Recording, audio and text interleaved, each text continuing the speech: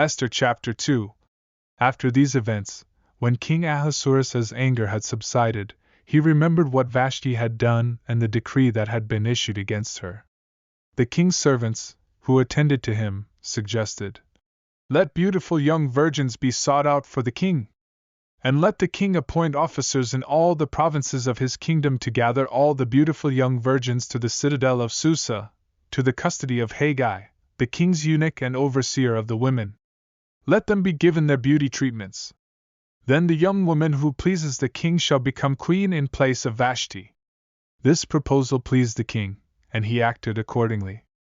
In Susa there was a certain Jew named Mordecai, the son of Jair, the son of Shimei, the son of Kish, a Benjamite. He had been carried away from Jerusalem with the captives who had been taken into exile with Jeconiah, the king of Judah, by Nebuchadnezzar, the king of Babylon. Mordecai had raised his cousin Hadassah, also known as Esther, as his own daughter, for she had neither father nor mother. This young woman was lovely and beautiful, and when her parents had died, Mordecai had taken her as his own daughter. When the king's order and decree were heard, and when many young women were gathered in Susa to be placed under the care of Hegai, Esther was also taken to the king's palace, under Hegai's charge, keeper of the women. Esther pleased him, and she received his favor.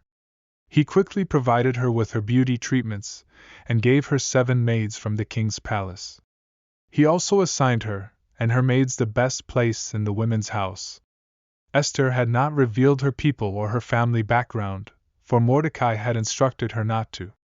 Mordecai walked daily in front of the court of the women's house to learn how Esther was doing and what would happen to her.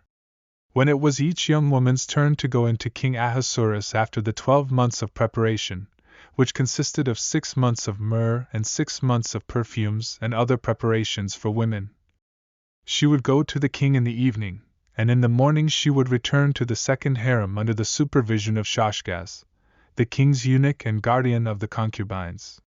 She would not go to the king again unless he was pleased with her and summoned her by name. When Esther's turn came to go to the king, the daughter of Abihail, Mordecai's uncle, who had taken her as his own daughter, she requested nothing except what Hegai, the king's eunuch and guardian of the women, advised. Esther obtained favor in the sight of all who saw her.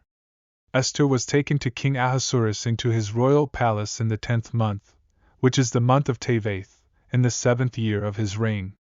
The king loved Esther more than all the other women, and she found favor and kindness in his sight more than all the other virgins. He placed the royal crown on her head and made her queen in Vashti's place.